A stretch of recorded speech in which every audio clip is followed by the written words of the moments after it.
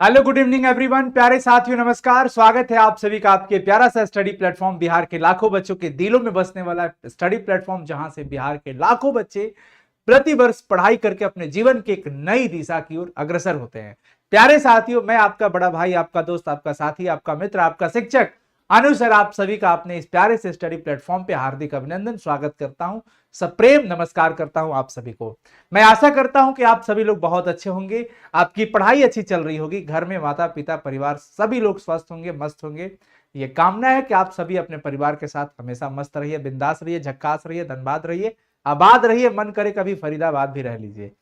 तो प्यारे बच्चों, सेशन को एक बार कर दीजिएगा शेयर, ताकि तमाम बच्चे जुड़ जाएंगे। और हम आ चुके हैं लाइव, यानी कि हम लोग आज पढ़ेंगे बच्चों काव्यखंड, क्लास 12 हिंदी काव्यखंड सूरदास का पद। मैं आप सभी लोगों से कहूंगा कि आप सभी लोग जानते हैं कि यह परिवार नया है, इसे और फैलाना है, यानी कि और बच्चों तक बढ़ाना है, शेयर करना है, और इन सब चीजों में हमें आपकी जरूरत है। नहीं तो हम अकेले पड़ जाएंगे, और लेकिन हम अकेले हैं नहीं, क्योंकि मैं समझता हूं कि ये इतनी बड़ी हुजूम हमारे साथ है आप सभी लोग। तो प्लीज रिक्वेस्ट होगा, आप सभी लोग प्रतिदिन प्रत्येक वीडियो को शेयर करते रहिए, ज्यादा से ज्यादा बच्चों तक शेयर करिए, अपने दोस्त साथी मित्रों को साझा करिए कि वो भी इस चैनल से जुड़े और पढ़ाई लिखाई करते रहें। हमारा वादा है, हम आप लोगों को बेहतर स्टडी मटेरियल प्रोवाइड करने का जो है वो कर रहे हैं। ठीक है बच्चों, चलिए जी स्टार्ट करते हैं। प्यारे बच्चों, सूरदास जी का पद, बड़ा प्यारा रचना रचते हैं सूरदास जी। देख रहे हैं बैठे हुए कितने बड़े एकदम मगन होके बैठे हैं। सूरदास जी जो कि जन्म से अंधे थे बच्चों। आज हम लोग इनका जीवन परिचय के साथ साथ हम लोग क्या पढ़ने वाले हैं। ये लॉक हो गया लगता है, काम क्यों नहीं कर रहा है भाई, बोर्ड फंस गया। ओहो, ये बहुत बड़ा लफड़ा हो गया बच्चों, बहुत बड़ा लफड़ा हो गया, हो गया। अब तो काम करने लगेगा, करने लगा। चलो बच्चों काम करने लगा। कवि का परिचय कर लेते हैं, यहाँ कवि शब्द होगा तो और बेहतर। अनुमानित जन्म 1478 में इनका जन्म होता है, ध्यान रखिएगा सभी लोग। कवि के परिचय हो, लेखक का परिचय हो, जो जन्मीन चीजें हैं उसको तो जरूर दिमाग में आपको रखना पड़ेगा। और निधन इनका 1583 में, दिल्ली के निकट एक सिही नामक गांव है, वहां पे इनका जन्म हुआ था। और ये अपने स्वयं के अध्ययन के द्वारा ज्ञान अर्जन करते हैं। हमारा एक विशेष लक्ष्य होता है, मैं ज्यादा समय आप पे इन सब चीजों पे नहीं लेता हूं। मेरा ये लक्ष्य होता है कि कम समय में जो जेन्युइन चीजें हैं आपको मैं बता दूं, प्रोवाइड कर दूं, ताकि आपको दिक्कत नहीं हो, है ना बच्चों। अब देखो, जन्म 1478 में हुआ, इसमें हम कुछ नहीं कर सकते हैं। 1583 में उनकी देहांत हो गई, निधन हो गया, तो ये दिनांक वो है, ईयर है, इसे याद रखना पड़ेगा। दिल्ली के निकट एक सिही नामक गांव है, वहां पे इनका जन्म हुआ है। ये अपने स्वाध्याय के द्वारा ज्ञान अर्जन किए हैं। ये कविताएं बड़ी लिखते थे और संगीत का बड़ा ही इनको ज्ञान था। ये काव्य रचना बड़ा किया करते थे और संगीत का ज्ञान था इनको। इनको घूमने में बड़ा रुचि था, सत्संग करने में, भगवत भक्ति करने में बड़ी रुचि थी। कृष्ण की भक्ति करते थे, वैरागी थे, घर द्वार परिवार सबसे दूर। दीक्षा गुरु का नाम था इनका महाप्रभु वल्लभाचार्य, जिनसे ये दीक्षित हुए थे। तो दीक्षा गुरु का नाम पूछ देगा आप सभी लोगों से, तो क्या जवाब दीजिएगा।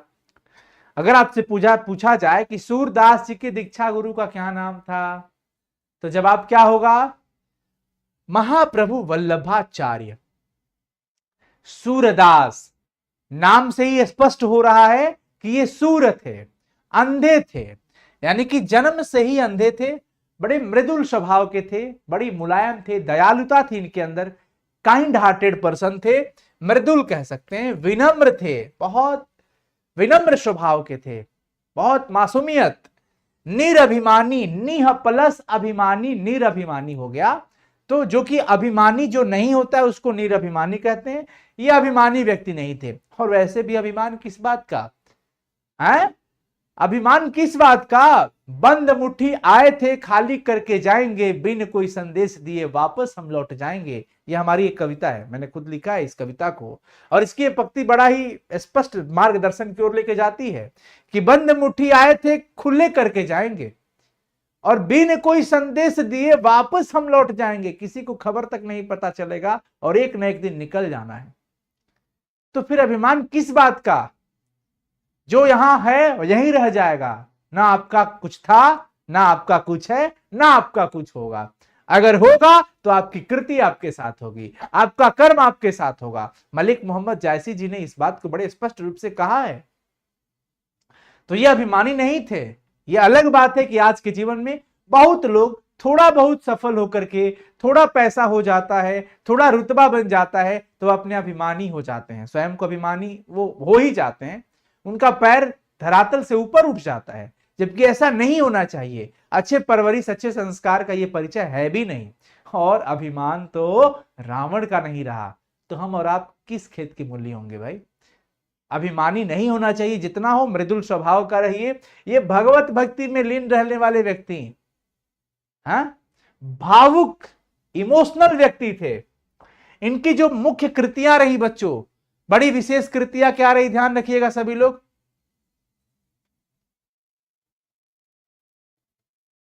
यहां पर ध्यान रखिएगा, सूर सागर, साहित्य लहरी, राधा रसकेली, सूर सरावली, इनकी विशेष रचना है जिसका नाम है सूर सागर, साहित्य लहरी, राधा रसकेली, सूर सरावली। ये इनकी विशेष रचना है। बच्चों पढ़ाई पे फोकस करिए। कृष्णा कुमार जी पढ़ाई पे फोकस करिए। कौन क्या कह रहा है छोड़िए, पढ़ाई पे फोकस। परमात्मा जानते हैं कौन क्या है, ठीक है? आप लोग पढ़ाई करो, कोई किसी का कोई वो नहीं, पढ़ाई पे फोकस। सिर्फ यहां की बातें, टॉपिक से रिलेटेड जो भी चीजें हो रही है उस पे बातें करो। सूर सागर किनकी रचना है? तो नाम से ही पता चल रहा है कि सूरदास की रचना है। साहित्य लहरी किनकी रचना है? सूरदास की रचना है। राधा रसकेली किसकी रचना है? अब राधा नाम जैसे आ जाए तो समझ जाइएगा कृष्ण जी, और कृष्ण जी के बड़े भक्त में सूरदास जी थे, तो ये भी सूरदास जी की। और सूर सरावली में ऑलरेडी सूर शब्द का नाम है। सूर सरावली में ऑलरेडी बच्चों सूर शब्द का नाम है। तो ये जितनी भी रचनाएं दिख रही है आपको, ये सब किनकी है? सूरदास जी की है। ठीक है, आगे आ जाइए। श्रीमद् भागवत के आधार पर रचे गए ग्रंथ, श्रीमद् भागवत के आधार पर रचे गए ग्रंथ सूर सागर में पदों की संख्या 1.25 लाख बताई जाती है। सूर सागर ग्रंथ में पद की संख्या कितनी है? 1.25 लाख। लेकिन अब लगभग 5000 ही पद उपलब्ध है। सूर सरावली में वृहत होली के गीत के रूप में रचित 1107 पद थे, तथा साहित्य लहरी में रस, अलंकार, नायिका भेद, ये सबको प्रतिपादित करने वाले 118 पद हैं। वैसे ये परीक्षा में पूछने वाली चीजें नहीं है, बस हम अपनी तरफ से आपको नॉलेज के लिए ऐड कर दिया हूं। प्यारे बच्चों, अगर हम इनकी बात करते हैं, सूरदास जी जो कि भक्ति काल के कवि थे। किस काल के थे? भक्ति काल के कवि। अगर आपसे पूछा जाता है मलिक मोहम्मद जायसी किस काल के थे? भक्ति काल के थे। सूरदास जी भक्ति काल के थे। तुलसीदास जी भक्ति काल के कवि थे। समझ में आ गया? कोई दिक्कत? चलिए, अब यहां पर सूरदास जी जो पद की रचना किए हैं, क्या कमाल का पद लिखते हैं। इनके पद में प्रायः वात्सल्य रस देखने को मिलता है। कौन सा रस देखने को मिलता है बच्चों? वात्सल्य रस प्रायः देखने को मिलता है। और यह रस मां बेटे का ममता को दिखाता है, पिता पुत्र के ममता को दिखाता है, प्रेम को दिखाता है, स्नेह को दिखाता है, लगाव दिखाता है, उसमें वात्सल्य रस कहा जाता है। तो अगर आपसे पूछा जाता है कि सूरदास के पद में कौन सा रस मिला, तो क्या कहेंगे? वात्सल्य रस। कौन सा रस बच्चों? वात्सल्य रस। एक बार सभी लोग जरूर बता दीजिए, सभी लोग जरूर चैट सेक्शन में बता दीजिए कौन सा रस मिलता है बच्चों सूरदास जी की रचना में? वात्सल्य रस। और वात्सल्य रस का यहां पे वर्णन, मतलब ये शब्दों में आपको दिखेगा वात्सल्य रस। और इसी के साथ सूरदास जी यहां पर ये जो पद है ये सूर सागर से लिया गया है। कहां से लिया गया है? सूर सागर से लिया गया है। और सूर सागर से लिए गए इस पद में पहला जो पद है, इस पद के अंदर वो ये दर्शाए हैं कि माता यशोदा जी कृष्ण कन्हैया जी को सुबह होने का प्रमाण देती है, और उनको जगाने का प्रयास कर रही हैं। जैसे सुबह हो गया, भोर हो गया है, तो भोर होने के लिए कहा जाता है ना, हमारे आपके घरों में जनरली मम्मी लोग क्या कहती है, अरे उठोगे नहीं, जल्दी उठो, सुबह हो गया है, देखो सब काम पे जाने लगे हैं। ये एक छोटे छोटे एग्जाम्पल्स दिए जाते हैं प्रमाण के रूप में, ताकि हमें लगे कि हाँ एग्जैक्टली सुबह हो चुका है, सुबह हो गया। तो उसी प्रकार से बच्चों यहां पर पहले पद के अंदर माता यशोदा जी कृष्ण जी को सुबह होने का प्रमाण देती है और भोर होने के प्रमाण देकर उन्हें उठाना चाहती हैं। और क्या कहती है, कहती हैं कि जागिए ब्रजराज कुंवर, कंवल कुसुम फूले, कुमुद वृंद सकुचित भये, भृंगलता भूले, तम चर खगरोर सुनहु, बोलत बनराई, आराम्भति गोखरी कनी में, बछरा हित धाई, विधु मलिन रवि प्रकाश, गावत नर नारी, असुर श्याम प्रात उठो, अंबुज कर धारी। इस प्रकार से हम इसको लयबद्ध पढ़ते हैं। वो कहती हैं माता जी की, जागिए हे ब्रज के राजकुमार, जागिए, उठिए, कमल कुसुम फूले, कमल यानी कि कमल के फूल खिल चुके हैं, यानी कि सुबह होने का प्रमाण दे रही है कि सुबह हो गया, आप जागिए, जागिए ब्रज के राजकुमार जी, जागिए, कमल कुसुम फूले, कमल के फूल खिल चुके हैं, कुमुद वृंद संकुचित भय, कुमुदनिया, जो कुमुद का फूल होता है ना, जो रात्रि में ही चांदनी रातों में फूलता है, खिलता है, अब वो चांदनी रात में खिलता है, सुबह जैसे ही सूर्य का प्रकाश पड़ता है वो क्या हो जाता है, बंद हो जाता है। तो कुमुद, जिसको हम लोग रात रानी शायद समझते थे, कुमुद वृंद सकुचित भय, ये रात को चांदनी रात में खिलने वाली कुमुद की फूल ये भी बंद हो गया है, यानी कि सुबह हो गया है। भृंग लता भूले, भंवरे जो है लताओं पर मडराने लगे हैं, सुबह हो चुका है, जागिए ब्रज के राजकुमार जी, जागिए। तम चोर खगरोर सुनहु, तमचुर खगरोर सुनहु, तमचुर का मतलब होता है मुर्गा, मुर्गे आवाज दे रहे हैं, तमचुर खगरोर सुनहु, देखिए पक्षियों का रोर सुनिए, कोलाहल सुनिए, जो कि बोलो तब बनराई, बनराई का मतलब पेड़ की टहनियों पर एक पक्षियों का जो झुंड है, चहचहाहट है, कोलाहल है, ये सुनिए, अरे सुबह हो गया, जागिए हे ब्रज के राजकुमार, अब तो जाग जाइए।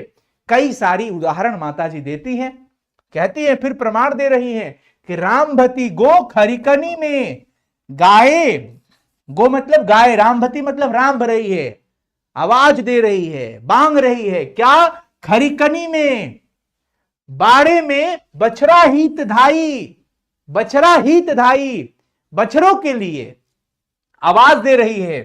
विधु मलिन रवि प्रकाश, विधु का मतलब चंद्रमा होता है, विधु मतलब चंद्रमा, विधु मतलब चंद्रमा, विधु मलिन, चंद्रमा मलिन हो गया, अरे रात रहता तो चांदनी रात दिखती, लेकिन अब तो चंद्रमा मलिन पड़ गया, चंद्रमा अब खत्म, चंद्रमा नहीं दिखेगा, क्यों, क्योंकि रवि प्रकाश, क्योंकि रवि का प्रकाश आ गया, सूर्य का प्रकाश आ गया।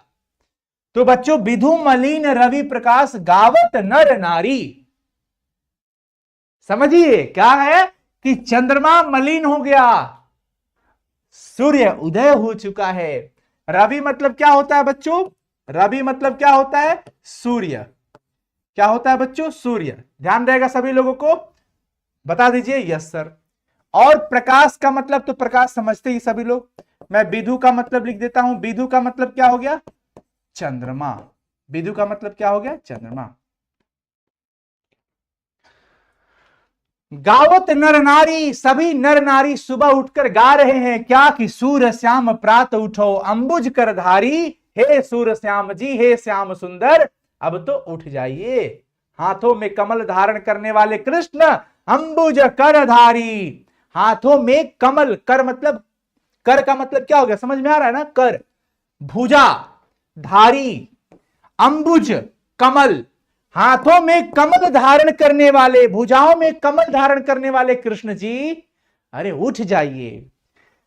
तो कैसे हुआ कि विधुमलिन रवि प्रकाश, गावत नर नारी, असुर श्याम प्रात उठो, अंबुज कर धारी। मतलब कि चंद्रमा मलिन हो गया है, सूर्य उदय हो चुका है, नर नारी गा रहे हैं क्या कि हे सूर्य श्याम जी सुबह उठ जाइए, हे अंबुज करधारी मतलब कि हे कमल, हाथों में कमल धारण करने वाले अब जाग जाइए, सुबह हो गया है। तो ये सुबह का प्रमाण दे रही हैं।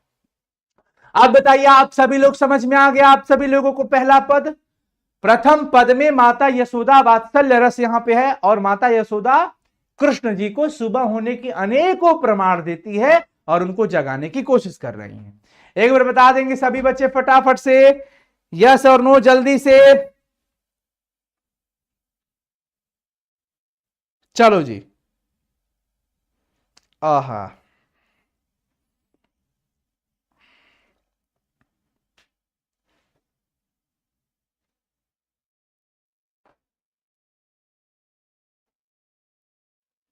आहा,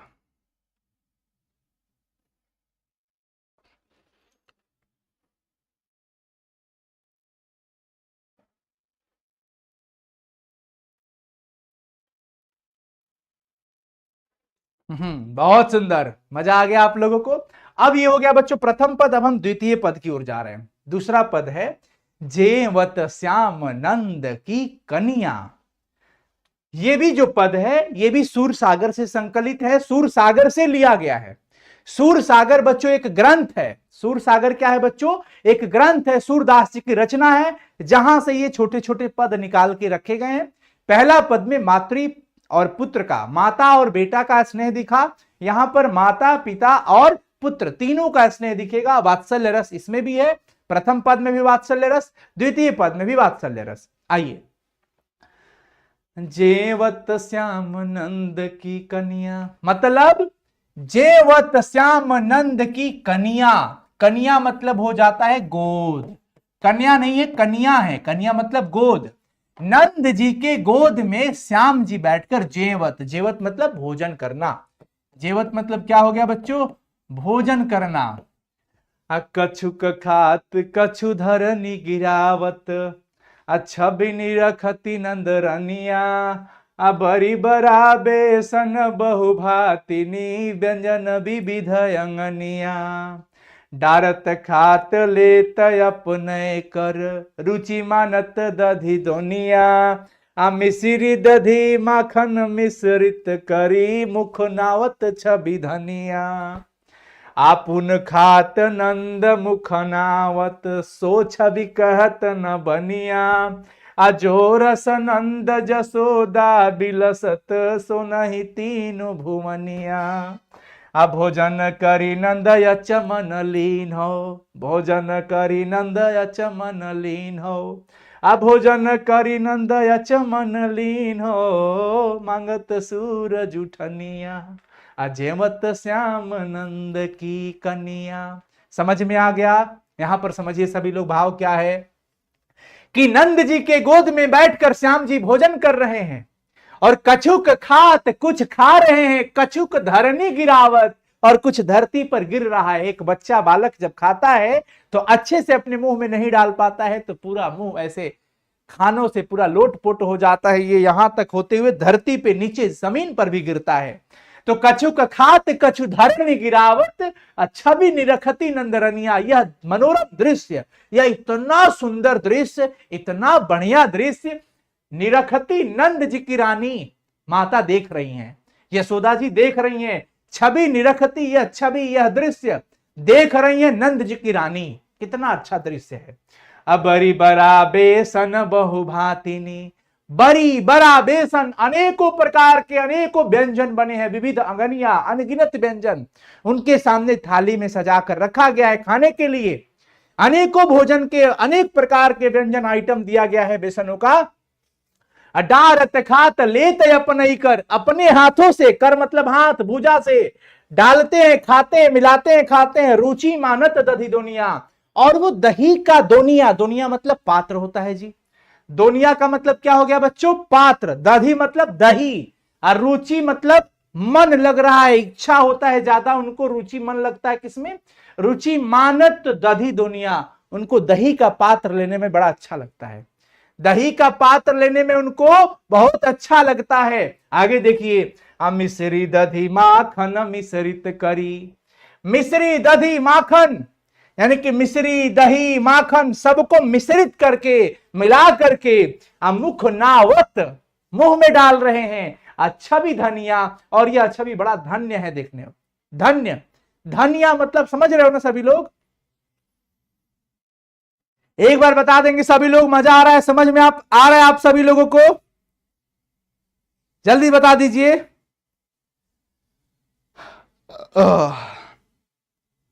मैं पानी पी लूं फिर से, एक सेकंड।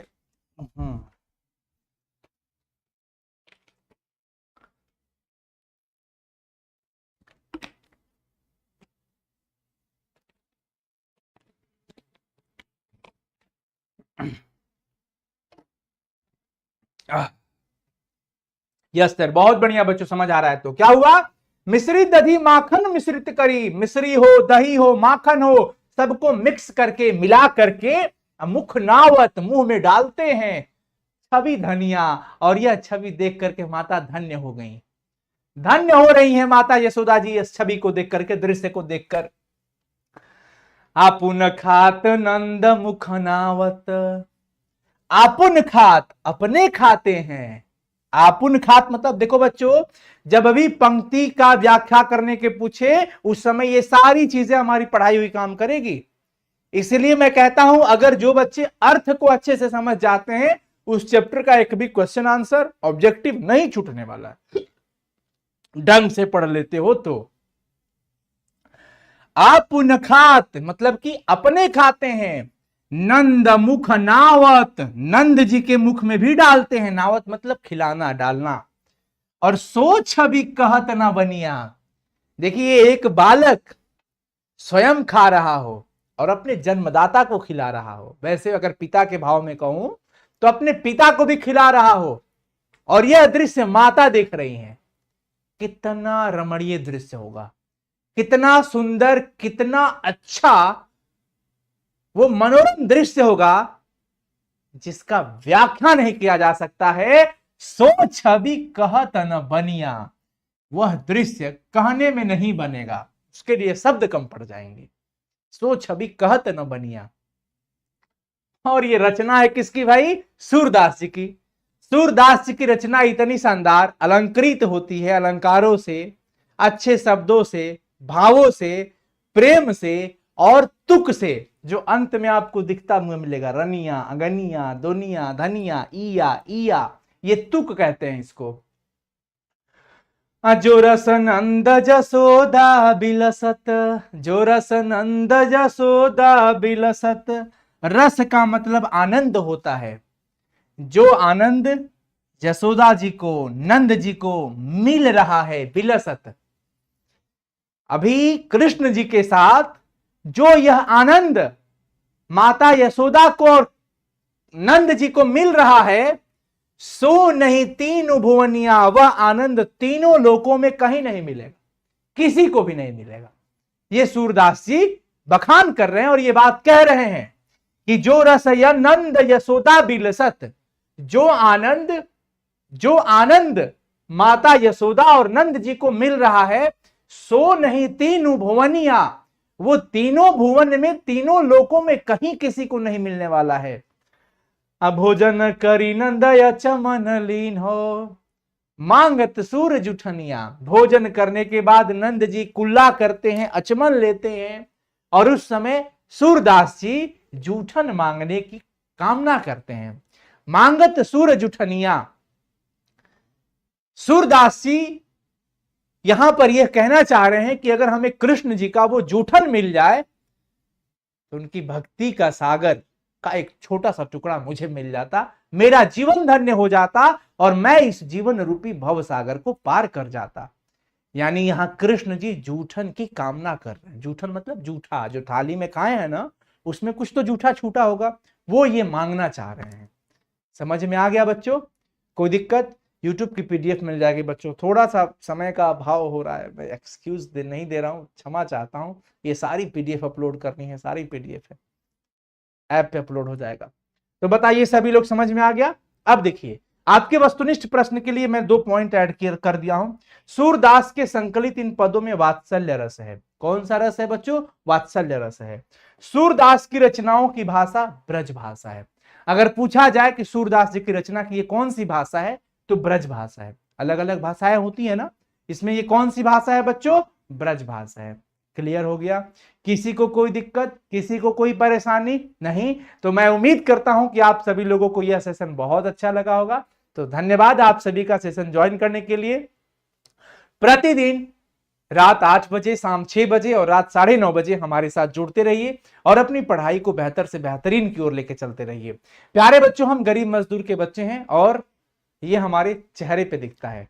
हम जब कुछ कहते हैं तो हमारा चेहरा जुबान का साथ देता है, मतलब कि हम वास्तविक में उस दुनिया से निकल के आए हैं, उस परिस्थितियों से निकल के आए हैं जिस परिस्थिति में दिन रात संघर्ष था, दिन रात पसीने बहाने थे। और कहीं ना कहीं आज भी तमाम बच्चे जैसे आप हो गए मेहनत कर रहे हैं और मेहनत करना चाहिए। आप इसे सौभाग्य समझिए और सौभाग्य समझकर इसे आप अवसर बनाइए। अवसर बना करके दिन रात मेहनत करिए, अपने माता पिता के हौसलों को बुलंद करिए। आपको उनके हौसलों को बुलंद करना भी है और स्वयं को भी बुलंदी बनाकर रखना है। बच्चों, आप मेहनत करिए। मेहनत करने वाले कभी भी जीवन में दुखी नहीं हो सकता है परेशानी आ सकती है। परेशानियों को डट के सामना करना ईश्वर ताकत प्रदान करते हैं और परमात्मा ही है जो आपको हर परिस्थितियों से, हर बुरे परिस्थितियों से आगे निकालते हैं। इसलिए जो नर दुख हमें दुख नहीं माने, ये आप लोग पढ़े होंगे गुरु नानक जी का पद क्लास 10th में। तो ये बिल्कुल दिमाग में रखिए, न मान, न अपमान, न लालच, न सम्मान, ना ही दुख, ना ही सुख, क्या धन दौलत, क्या सोना, सब माटी। ये सब परिस्थितियों में आप एक रहिए, जैसे हैं वैसे रहिए, कोई अंतर नहीं पड़ना चाहिए।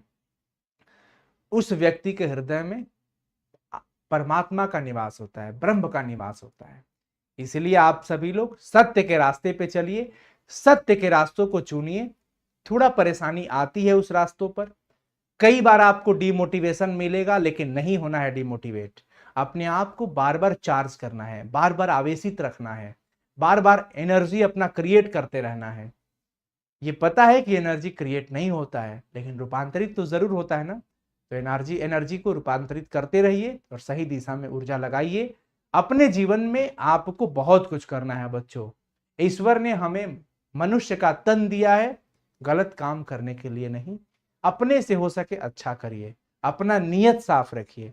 बाकी कहने वाले बहुत कुछ कहते रहेंगे, सबके पास मुंह है और किसी को आप कुछ रोक नहीं सकते हैं। जिसको जो कहना है कह ले, किसी को भी कोई फर्क नहीं पड़ना चाहिए आपके ऊपर।